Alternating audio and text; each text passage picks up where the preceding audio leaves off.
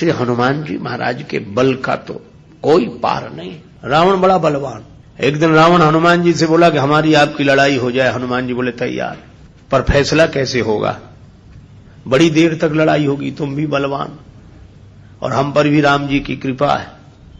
रावण बोला लंबा वाला युद्ध नहीं, एक एक मुक्के का युद्ध, एक मुक्का मैं मारूंगा, एक तुम मारो।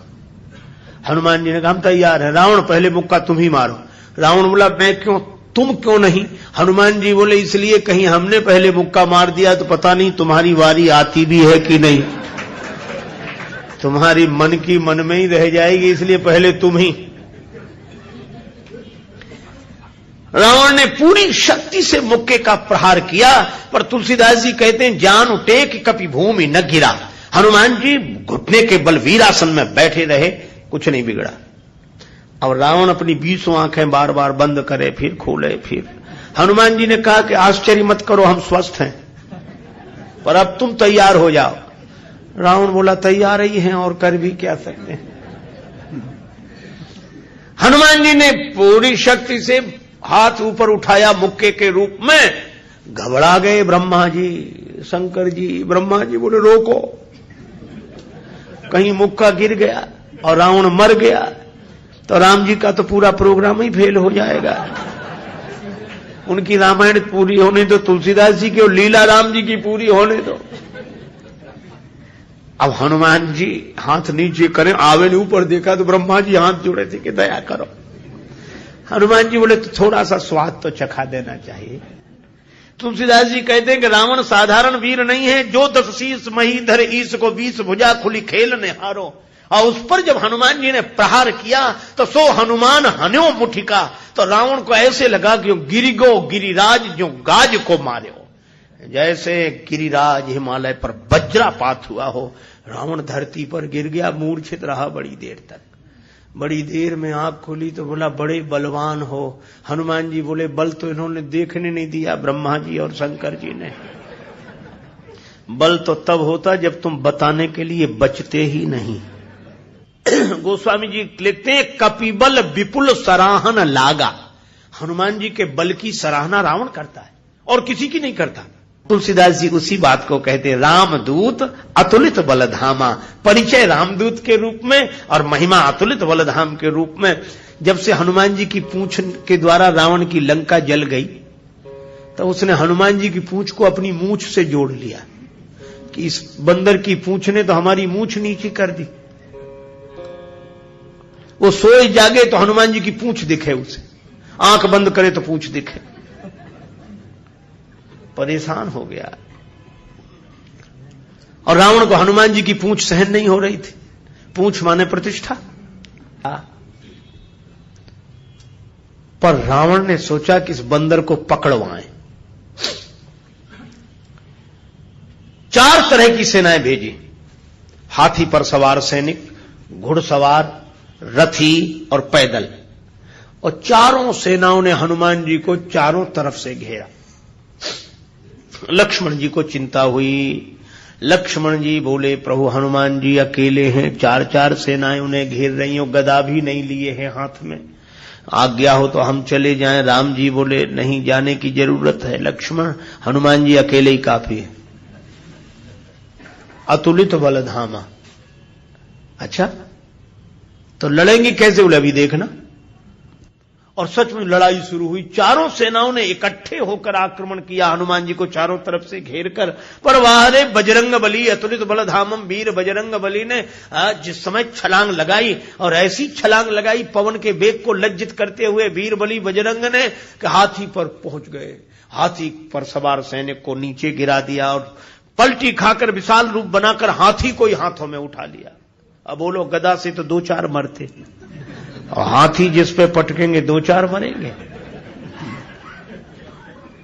और इतनी फुर्ती कि एक हाथ से इसमें हाथी, एक से उसमें हाथी, और दोनों हाथियों को ऐसे जो किया, हाथी सो हाथी मारे। हाथी उठा के हाथी पर पटक दिया। और इतने में घुड़सवार लोग आए तो घोड़ा उठाकर घोड़े पर और रथ उठाकर रथ पर। राम जी कहते वाह हनुमान वाह वाह वाह। 4 इन सेनाओं से, रथियों से, हाथी पर सवार सैनिकों से, घुड़सवार सैनिकों से अकेले लड़ रहे हैं। लक्ष्मण जी बोले कमाल कर रहे हैं हनुमान जी, 3-3 सेनाओं से हाथी को समाप्त कर देते हैं, दोनों मरते हैं। रथ जिस रथ पे पटके दोनों खराब, घोड़ा घोड़े पर पटके दोनों मर गए। लक्ष्मण जी बोले कमाल कर रहे हैं हनुमान जी। तुलसीदास जी बोले अतुलित बलधाम है। राम जी बोले लक्ष्मण और एक बात तो देखो, ये तो आगे का कमाल है, पीछे तो देखो। पीछे क्या? बोले पीछे पूंछ अपना कमाल कर रही। जो चक्कर में पड़ा, लपेटा पटका साफ किया, फिर दूसरे के लिए तैयार। और पूंछ की लंबाई निश्चित हो तो आदमी सोचे कि इस एरिया मत जाना, खतरा है, पर ये पूंछ बढ़ भी जाए और घट भी जाए। कवितावली में रावण सोच रहा था सेनाएं इकट्ठी गई है तो बंदर को पकड़ के लाएंगी। एक बंदर 4 सेनाएं, न तो सेनाएं लौटी, संवाददाता लौटे, समाचार देने वाले। रावण ने कहा बंदर कहां हैं? संवाद देने वाले बोले बंदर तो वहीं। सेनाएं कहां? बोले साफ मर गई सेनाएं। हां, क्यों? कहा कि महाराज उस बंदर के सामने टिकना मुश्किल है, जो सामने गए टिके ही नहीं, जाते ही साफ हो गए। रावण बोला वो ना समझ थे जो सामने गए, सामने अगर नहीं टिक रहे थे तो पीछे से वार करते, चोर हमला करते, पीछे से पकड़ते। संवाददाता बोले नाराज मत होना, आगे वाले तो कुछ देर टिके भी, पीछे वाले तो उतनी देर भी नहीं टिके। कहा पीछे क्या गड़बड़ी होती थी? बोले पूंछ में लपेट कर। रावण बोला चुप, फिर वही पूंछ, मेरे सामने पूंछ का नाम मत लो। संवाददाता बोले नहीं ले रहे। रावण ने सोचा कि इस बार हम भेजेंगे, अमर सेना भेजेंगे। कवितावली में वर्णन है मरने वाली सेना नहीं, अमर सेना, मरेगी नहीं। राम जी के दल में गुप्तचरों से समाचार पहुंचा कि अमर सेना आ रही है। विभीषण जी बड़े चिंतित हुए, राम जी चिंतित हुए, अमर हैं तो मरेंगे नहीं। और राम जी बोले हमारी प्रतिज्ञा कैसे पूरी होगी? निश्चरहीन करऊं मही, और ये है अमर। हनुमान जी को पता लगा। हनुमान जी बोले प्रभु चिंता मत करो, दास को आज्ञा दो, कल एक नहीं बचेगा।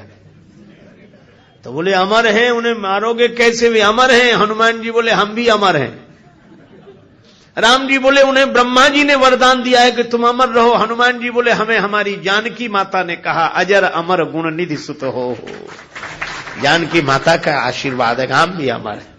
लक्ष्मण जी बोले प्रभु इन्हीं को भेजो, ये अमर अमर की लड़ाई ठीक रहेगी। दूसरे दिन आई अमर सेना, हनुमान जी लड़े ही नहीं उनसे। सामने गए, किसी ने हनुमान जी से कहा लड़ते क्यों नहीं, ये अमर सैनिक सामने खड़े।